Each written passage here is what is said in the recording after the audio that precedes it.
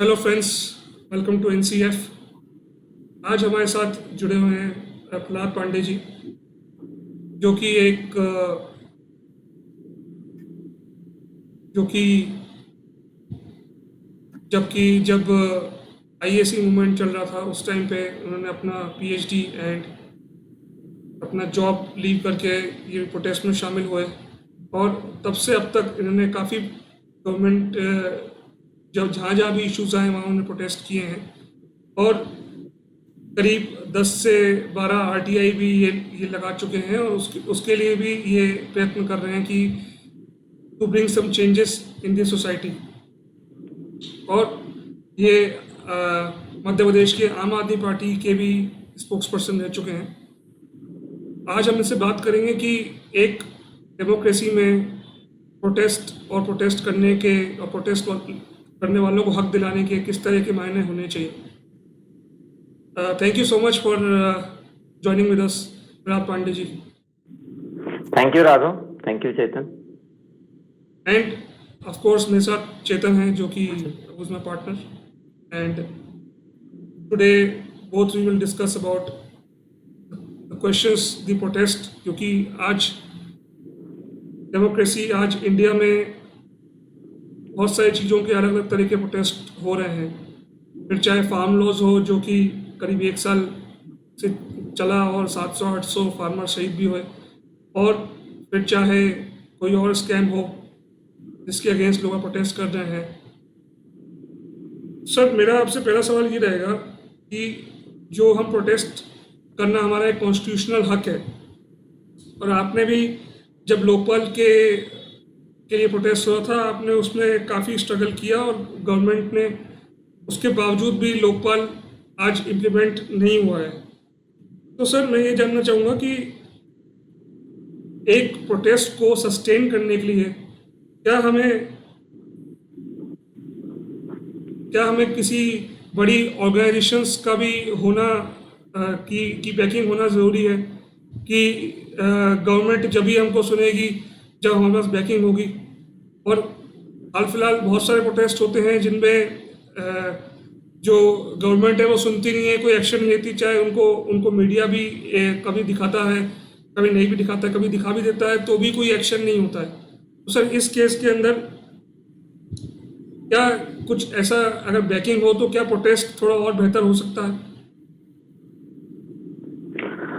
राघव, ये बहुत अच्छा सवाल है। देखिए, जितने भी प्रोटेस्ट होते हैं उनमें से बहुत कम ऐसे प्रोटेस्ट होते हैं जिनका सरोकार देश के सभी वर्ग से, सभी वोटरों से होता है। ज्यादातर जो प्रोटेस्ट होते हैं अपनी एक ग्रुप को लेकर के होते हैं, अपनी मांगों को लेकर के होते हैं। आपने किसान आंदोलन की बात कही है। किसान आंदोलन की जो मूल मांग थी वो थी मिनिमम सपोर्ट प्राइस जी। तो वो मिनिमम सपोर्ट प्राइस की मांग कर रहे थे। देश में किसानों की या किसानी या प्राथमिक सेक्टर पर जो आधारित आबादी है, उसकी आबादी लगभग 60% उस पर आधारित है। लेकिन जब किसी चीज पर मिनिमम सपोर्ट प्राइस आप देते हैं तो वो बाकी के करदाताओं की जेब से जाता है। इसका मतलब इसमें किसानों का इंटरेस्ट तो था, लेकिन समाज के जो दूसरे तबके हैं, जो गेहूं खरीदते हैं, जो धान खरीदते हैं, जो चावल खरीदते हैं, उनका इंटरेस्ट नहीं था। तो सरकार की ये जिम्मेदारी बनती है कि वो ऐसे प्रोटेस्ट, यदि कोई दबाव बना रहा है जिसमें एक वर्ग का तो फायदा है लेकिन हो सकता है दूसरे वर्ग का नुकसान हो, तो सरकार की जिम्मेदारी बनती है कि वो बैलेंसिंग एक्ट करे, दोनों के हितों को ध्यान में रखते हुए ही वो फैसला ले। क्योंकि कई बार दबाव यदि बन जाए, बहुत तगड़ा बन जाए, तो बहुत कम लोग, मुट्ठी भर लोग कुछ ऐसे कानून भी पारित करवा सकते हैं, कुछ ऐसी नीतियां बनवा सकते हैं जो बड़े पैमाने पर देश के हित में ना हो। तो पहली बात तो ये समझना जरूरी है कि हर एक प्रोटेस्ट देश के हित में होगा या नहीं होगा, ये इस बात को समझना जरूरी है। दूसरी बात, कुछ ऐसे मुद्दे होते हैं जो देश के सभी लोगों से ताल्लुक रखते हैं। मैं जन लोकपाल आंदोलन की बात करूंगा। तो जन लोकपाल आंदोलन सिर्फ किसानों का आंदोलन नहीं था, सिर्फ मध्यम वर्ग का आंदोलन नहीं था, सिर्फ पूंजीपतियों का आंदोलन नहीं था, महिलाओं का आंदोलन नहीं था। जन लोकपाल के आने से भ्रष्टाचार समाप्त होता, और जब भ्रष्टाचार समाप्त होता तो लगभग 95% लोगों को फायदा होता, आम लोगों को फायदा होता। कुछ लोग जो भ्रष्टाचार पर पलते हैं, जीते हैं, उन लोगों का नुकसान होता।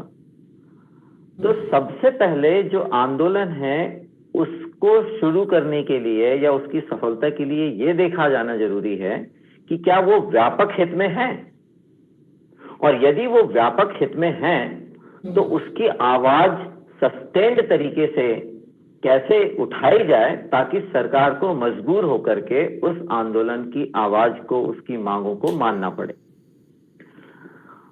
तो पहली बात तो आंदोलन, हमने जो अभी तक बात की वो ये है कि एक तो आंदोलन होते रहते हैं छुटपुट, पटवारी अपना वेतन की वृद्धि के लिए आंदोलन करते हैं, और भी लोग करते हैं, सब लोग, लेकिन क्या ऐसा आंदोलन जो देश हित में है वो उठ रहा है, और यदि वो उठ रहा है तो उसकी मांग, उसका समर्थन सब लोग कर रहे हैं या नहीं कर रहे हैं।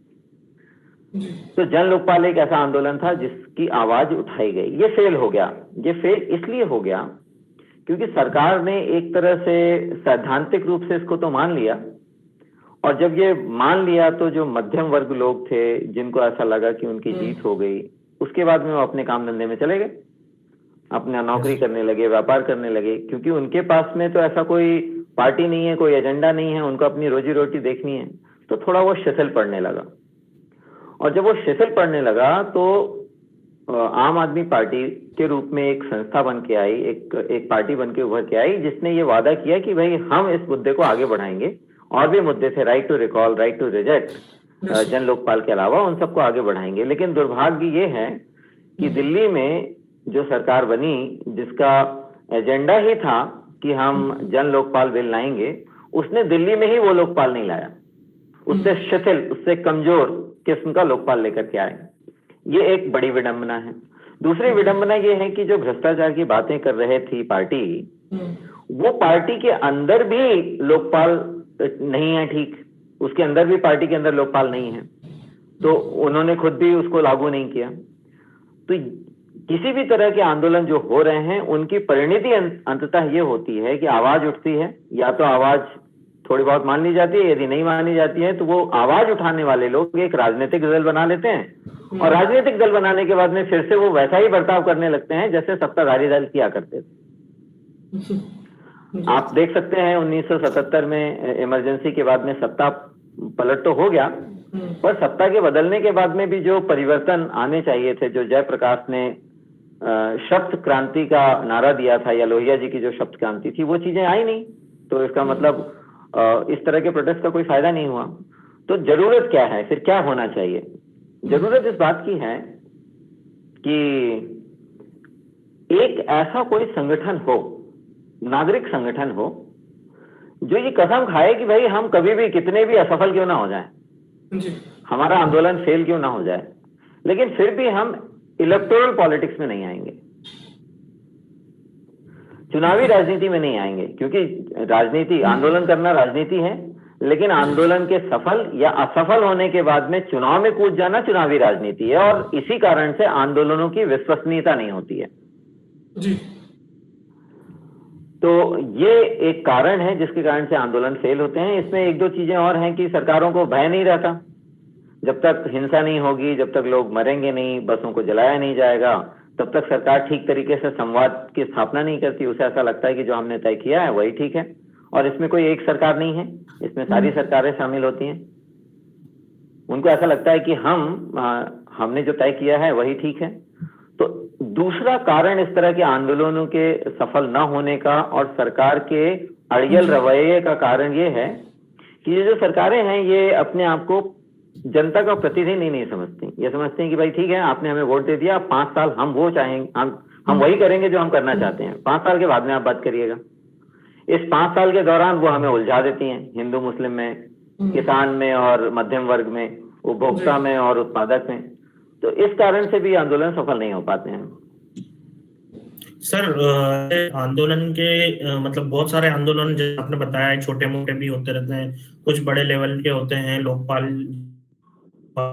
तो उसमें जैसे जन लोकपाल के लिए जो आंदोलन हुआ था उसमें पूरे देश से सहयोग मिला, दूसरी पार्टियों ने भी, बहुत सारी पार्टियों ने सहयोग मिला, तो वो एक बड़ा उभर आया।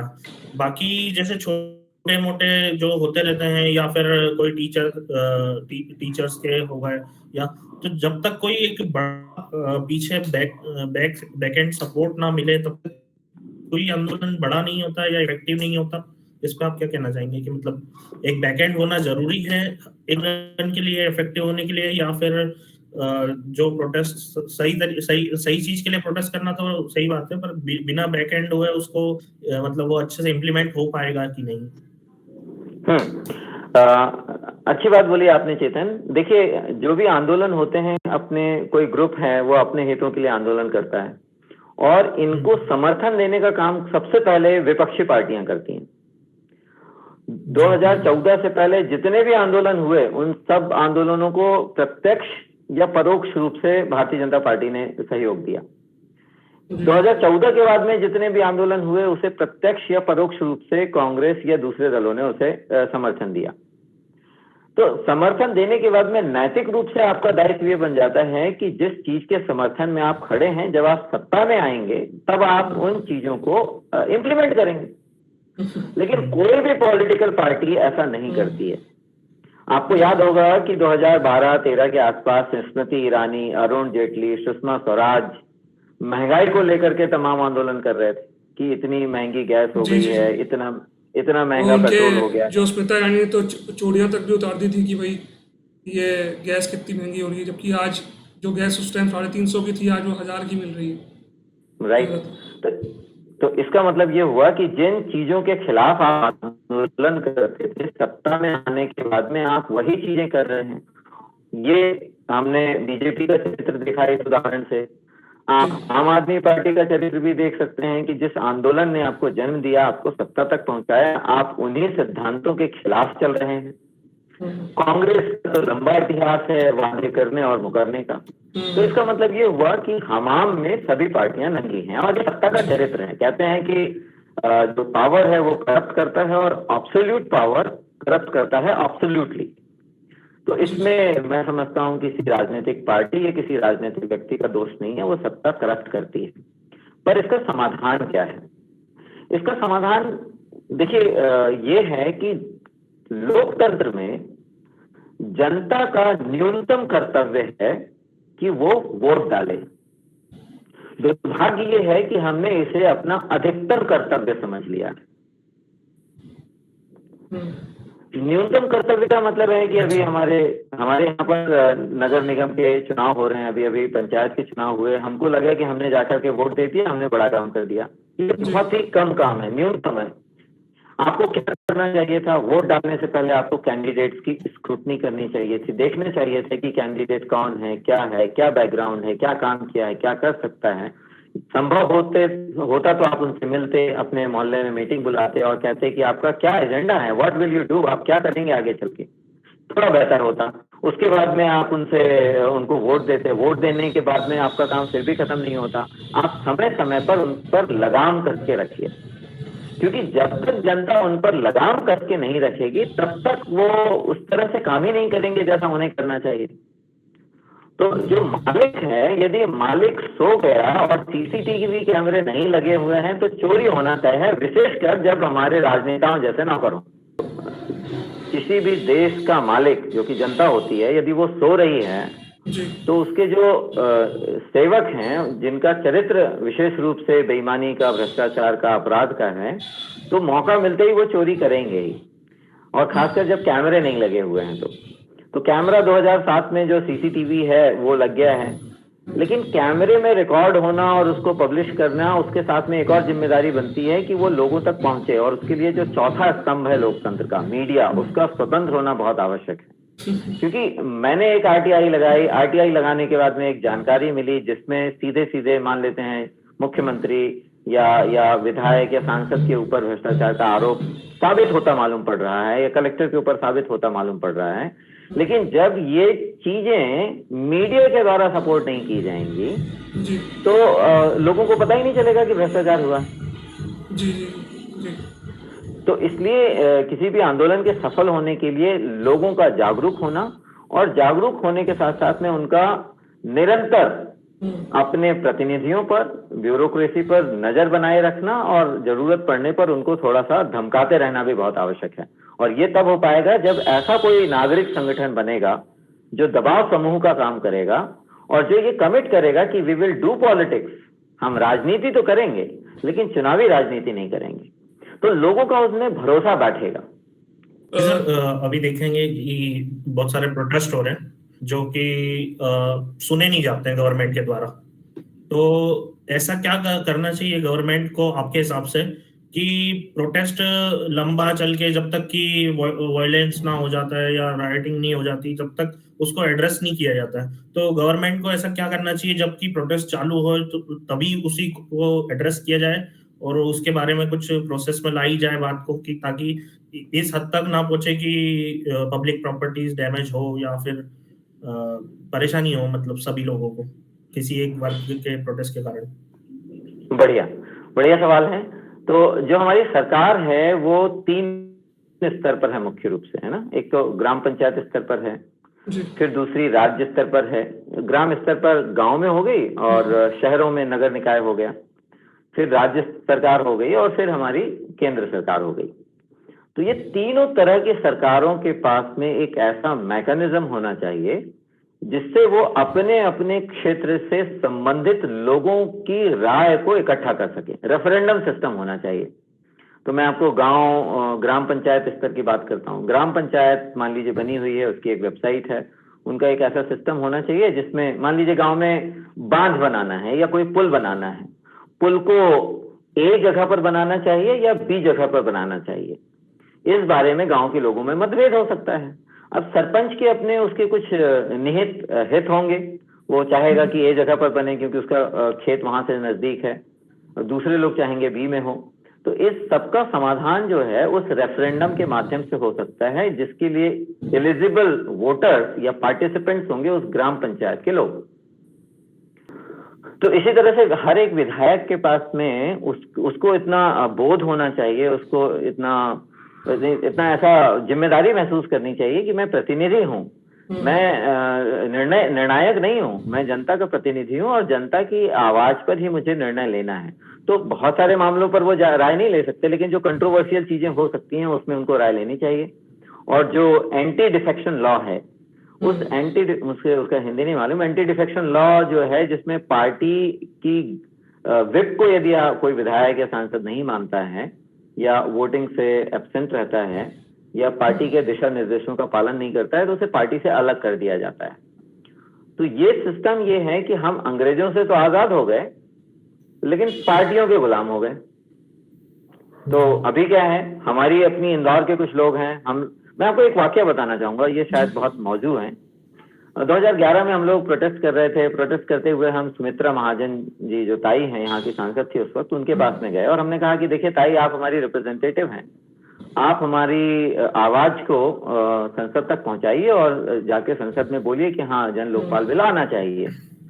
तो ताई ने कहा कि आप लोग ये 4-5 हजार लोग आए हुए हैं, ये 4-5 हजार लोगों को मैं कैसे मान लूं कि आप इंदौर की आवाज हैं। मैंने कहा बिल्कुल ठीक बात कह रही हैं आप, तो आप बताइए कितने लोगों की आवाज में आप ये मानेंगे कि ये इंदौर की आवाज है। इंदौर की आबादी 30 लाख है, 15-16 लाख के आसपास यदि वोटर हैं तो जो विनिंग कैंडिडेट होता है उसका 50% मान लेते हैं, 8 लाख। तो यदि हम आपको 8 लाख रेफरेंडम वैलिड मत लाके दे दें कि भाई ये 8 लाख लोग चाहते हैं कि यहाँ पर जन लोकपाल आना चाहिए, तो क्या आप हमारी बात मानेंगे? तो उन्होंने बोला नहीं, पार्टी के खिलाफ नहीं जा सकती मैं।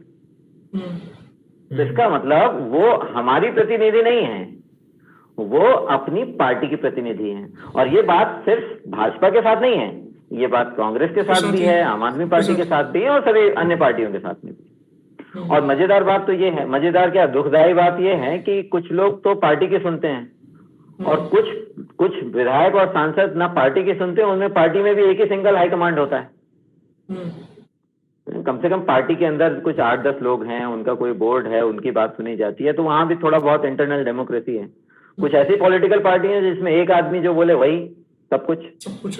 तो मुलायम सिंह यादव की तरफ मेरा इशारा है, मेरा इशारा अरविंद केजरीवाल की तरफ भी है, मेरा इशारा मायावती और करुणानिधि और स्टालिन और ये सारी जो one man आर्मीज, one man parties हैं, उनकी तरफ है।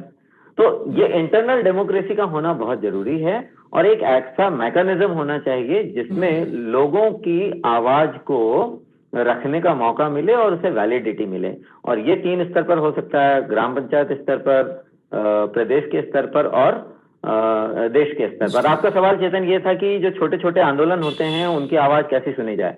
तो मैं ये समझता हूँ कि यदि मध्य प्रदेश में 6.5 करोड़ लोग हैं और कोई ऐसा आंदोलन जिसमें करीब 50 लाख लोग वोट कर रहे हैं पक्ष में या विपक्ष में, तो उसकी आवाज बिल्कुल सुनी जानी चाहिए, क्योंकि 1000 लोगों की आवाज को सुनते सुनते लोग परेशान हो जाएंगे। अग्निवीर का मामला आया है, अग्निवीर में तोड़फोड़ हुई, हिंसा हुई, इसमें यदि रेफरेंडम होता तो, और यदि 2-4 करोड़ लोग इसमें रेफरेंडम में हिस्सा लेते तो इस पर बकायदा बहस होनी चाहिए। क्योंकि बहुत छोटे छोटे मुद्दे पर भी है, जो 2000 लोगों का मुद्दा है, 10,000 लोगों का मुद्दा है, और ऐसे हर छोटे बड़े मुद्दे पर यदि हम चर्चा करने लगेंगे तो देश आगे नहीं चल पाएगा। लेकिन बड़े बड़े मुद्दों को सुनना बहुत जरूरी है, क्योंकि लोगों को कॉन्फिडेंस में लेना बहुत आवश्यक है। ठीक है सर, हमारा अगला सवाल ये था कि जैसे जो इंडिया आज भी एक 70 साल हो गए इंडिया के आज़ादी को, आज भी हम एक डेवलपिंग नेशन में आते हैं, हम एक डेवलप्ड नेशन में नहीं आते। तो सर, हम जो डेवलप्ड नेशंस है जैसे कि यूएस है और यूके है, या फिर और भी कोई डेवलप्ड नेशन है, उनसे हम ये क्या सीख सकते हैं कि उनकी गवर्नमेंट किस तरीके से टैकल करती है प्रोटेस्ट को? या ऐसा कुछ है जो हम उनसे सीख करके इंडिया में इम्प्लीमेंट कर सकते हैं, ताकि इंडिया भी उन्हीं की तरह जो जस्टिस सिस्टम है वो यहाँ भी उसी तरह का हो? तो राघव, ऐसा है कि जो डेवलप्ड कंट्रीज हैं उनके जो पैरामीटर्स होते हैं उसमें एजुकेशन का, ह्यूमन डेवलपमेंट इंडेक्स का, वहाँ का जीडीपी का, इकोनॉमिक ग्रोथ का, इंफ्रास्ट्रक्चर का, इन सारी चीजों का योगदान होता है। मैं समझता हूँ कि हमारे देश की जो आर्थिक तरक्की है, बौद्धिक तरक्की है, सांस्कृतिक तरक्की है, सामाजिक तरक्की है, वो यहाँ की शिक्षा से सीधे सीधे संबंध रखती है। और बाकी जो वेस्टर्न कंट्रीज हैं, वो जैसे हम अमेरिका की बात करें, उसे आज़ाद हुए 300 साल से ज़्यादा का वक्त हो गया है। अपने इंग्लैंड में जो डेमोक्रेसी है काफ़ी दिनों से है। तो हमारे यहाँ तो अभी 70-80 साल हुए हैं, और 70-80 सालों में भी जो हमारी डेमोक्रेसी है वो उतनी मजबूत नहीं हुई है। क्योंकि जब तक डेमोक्रेसी मजबूत नहीं होगी तब तक सरकार ठीक से काम नहीं करेगी, और जब तक सरकार ठीक से काम नहीं करेगी तब तक स्कूल, अस्पताल, कॉलेज ये ठीक से नहीं बनेंगे, और जब ये ठीक से नहीं बनेंगे तो हमारा डेवलपमेंट नहीं होगा। तो इन सब के लिए जो मूल में कारण है वो है डेमोक्रेसी का मजबूत होना, और डेमोक्रेसी को मजबूत करने के लिए जनता को खुद खड़े होना होगा। कोई भी सत्ताधारी दल ये नहीं चाहेगा कि लोग उनके खिलाफ आकर के लोकतंत्र को बढ़ाएं, क्योंकि सत्ताधारी लोग ये चाहते हैं कि सत्ता उनके पास ही सिमटी रहे और ज्यादा समय तक सिमटी रहे। बहुत कम लोग ऐसे होते हैं जो सत्ता को बांटने पर विश्वास करते हैं। राजीव गांधी ने पंचायती राज अधिनियम ला करके सत्ता के विकेंद्रीकरण का एक सफल प्रयास किया था, और उसको और आगे बढ़ाने की जरूरत है। और मैं ऐसा नहीं कह रहा हूं कि राजीव गांधी ने ये काम किया, राजीव गांधी ने इस स्तर पर काम किए हैं। दिल्ली की सरकार जो आम आदमी पार्टी की है वो शिक्षा और स्वास्थ्य पर बेहतर काम कर रही है। दूसरी सरकारें हैं वो अन्य चीजों पर काम कर रही हैं। पर इन सब में सबसे महत्वपूर्ण बात यह है कि नागरिकों के अधिकारों की रक्षा कौन कितने अच्छे से करती है, असहमति को सुनने की क्षमता किसमें कितनी है, क्योंकि सहमति को तो सभी लोग सुनते हैं, असहमति को सुनने की किसकी कितनी क्षमता है, वही सच्चा नेतृत्व दे पाएगा और उसी से हमारा देश आगे बढ़ पाएगा। जैसे अभी मतलब बहुत सारे लोग जो कि खुश हैं कोई पॉलिसीज वगैरह से, तो वो मतलब जिनको पता ही नहीं है कि प्रोटेस्ट किस तरीके से करना है या मतलब अपनी आवाज कैसे पहुंचानी है, तो वो क्या क्या अपने तरीके, या आप जैसे आप पहले कर चुके हैं तो आपके एक्सपीरियंस से क्या क्या किस तरीके से वो अप्रोच कर सकते हैं गवर्नमेंट को अपना विरोध जताने के लिए या फिर कुछ चेंजेस लाने के लिए, ताकि मतलब आगे जनता जो अवेयर हो पाए इस चीज के लिए? तो एक तो पहले तो संगठन की जरूरत है। एक ऐसे संगठन की जरूरत है जिसमें उस आवाज को सरकार महसूस कर सके, सुन सके। एक तरीका तो साधारण सा ये है कि एक साधारण व्यक्ति को यदि ऐसा कुछ ठीक नहीं लग रहा तो वो चिट्ठी लिखे, सरकार को चिट्ठी लिखे, उनको ईमेल भेजे, उनको व्हाट्सएप भेजे, उनको ट्विटर पर वो करे। सब लोग कुछ ग्रुप बना करके ट्विटर में ट्रेंड करवा देते हैं, ये एक तरीका है प्रोटेस्ट का। आप आरटीआई लगा सकते हैं, ये एक और तरीका है। अखबारों में लिख सकते हैं, ये एक तरीका है। नागरिक समूह जो हैं वो मिल करके प्रतिनिधि मंडल बना करके सरकार से या सरकार के प्रतिनिधियों से मिल सकते हैं। ये सारी चीजें होती रहती हैं और अभी भी हो रही हैं, लेकिन ये इतनी प्रभावशाली नहीं है। ये प्रभावशाली इसलिए नहीं है क्योंकि इससे सरकार के कानों में जू नहीं रेंगती। उनको लगता है कि ठीक है, ये 25-50-100 लोग हैं, ये 30 लाख की आबादी में ये लोग हमारा क्या कर लेंगे। ठीक है, वो एक उनके रस्म अदायगी कर लेते हैं कि ठीक है भाई, हम इस कुर्सी में बैठे हुए हैं, जो भी आएगा आवेदन देगा, हम आवेदन को लेंगे। आवेदन स्वीकार करने में और उसमें एक्शन लेने में यदि किसी का कोई नुकसान नहीं है तो हम उसको कर भी देंगे, और छोटे मोटे काम होते भी हैं इस तरह के प्रोटेस्ट में।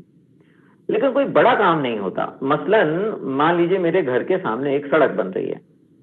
अब वो सड़क बन रही है, उस सड़क की गुणवत्ता ठीक नहीं है, और ये बात मुझे पता है। मैंने एक आरटीआई लगाई, मैंने पूछा कि मेरे घर के सामने जो यहाँ से लेके यहाँ तक सड़क बन रही है, इसकी क्वालिटी के क्या क्या पैरामीटर हैं। तो उन्होंने बताया इसकी थिकनेस इतनी होनी चाहिए, इसकी विड्थ इतनी होनी चाहिए, इसमें सीमेंट और रेत का रेशियो इतना होना चाहिए, इसमें जो बार है, लोहे का बार है, वो इतना मोटा लगना चाहिए, इतनी डेंसिटी में लगना चाहिए। ये तो आरटीआई से मुझे मिल गया।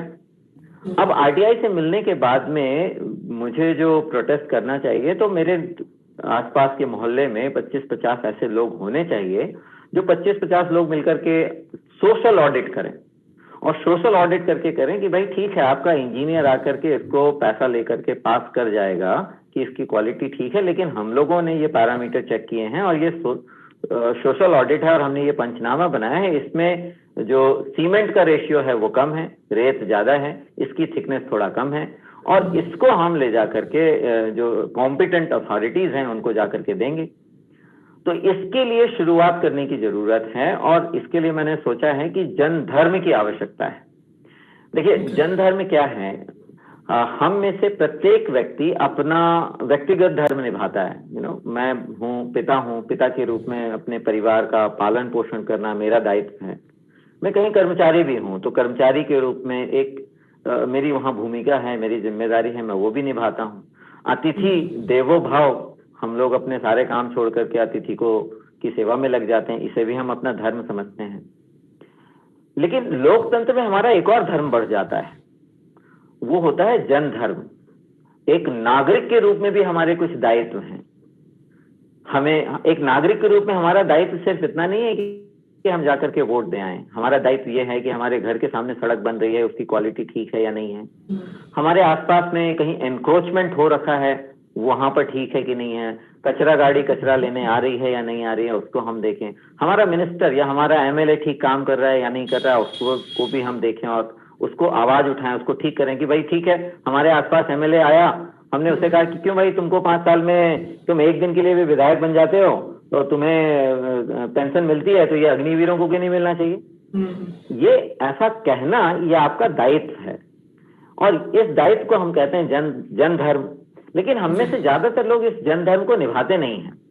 हम सोचते हैं कि ठीक है, हमें तो अपना घर का काम करना, बाकी के धर्म निभाने हैं। तो मैं जो करना चाहता हूं और जो सभी लोगों से अपील करना चाहता हूं कि एक ऐसा प्लेटफॉर्म हो, एक जन धर्म का प्लेटफॉर्म हो, जिसमें हफ्ते में आप अपनी सुविधा के अनुसार 1 घंटा दें, सिर्फ हफ्ते में 1 घंटा।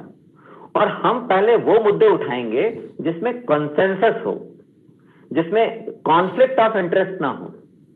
क्योंकि बहुत सारे ऐसे मुद्दे हैं जिसमें आप कहेंगे नहीं ऐसा होना चाहिए, कोई कहेगा ऐसा होना चाहिए। तो कुछ चीजें ऐसी हैं जो सभी के लिए, जिसमें सभी लोग सहमत हो जाएंगे। जैसे ट्रांसपेरेंसी, मतलब जो पॉलिटिकल फंडिंग है उसमें ट्रांसपेरेंसी होनी चाहिए, इसमें किसी को कोई ऑब्जेक्शन नहीं है। आप किसी भी पार्टी के वोटर हों, सिंपल सी बात है। राइट टू रिकॉल होना चाहिए, जन लोकपाल बिल होना चाहिए। ये जितने भी पेंशन है, जो पेंशन का कॉन्सेप्ट है, भाई कोई भी कर्मचारी नौकरी करता है, जिंदगी भर मेहनत करता है, उसके वेतन में से कुछ कुछ पैसा अंशदान के रूप में कटता है, और सेवानिवृत्ति के बाद में जब वो सक्षम नहीं होता है तब उसको पेंशन के रूप में वो पैसा मिलता है। तो ये विधायकों और सांसदों को किस बात की पेंशन मिलनी चाहिए?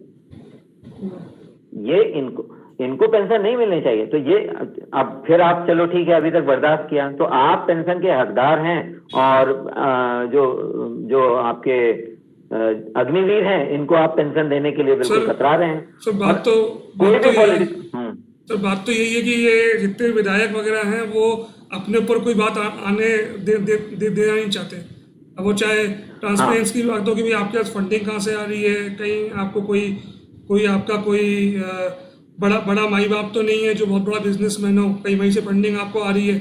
पर इन लोगों तक कोई सवाल कोई कर नहीं सकता, क्योंकि इन्होंने ऐसे ऐसे लॉ बना रखे हैं। और आप देखेंगे कि ऐसे लॉज जब पास करने होते हैं तो ये एक घंटे की सिटिंग में पूरा सदन पास कर देता है, और जो इनको नहीं पास करना होता उसमें ये बहुत इधर उधर की सब बातें कर लेते हैं और नहीं पास करते। बिल्कुल ठीक बात है। तो राघव, लोकतंत्र में, जनतंत्र में राजधर्म का पालन तभी होगा जब लोग जनधर्म का पालन करेंगे। क्योंकि जनधर्म का पालन नहीं हो रहा है तो राजधर्म का पालन नहीं हो रहा है।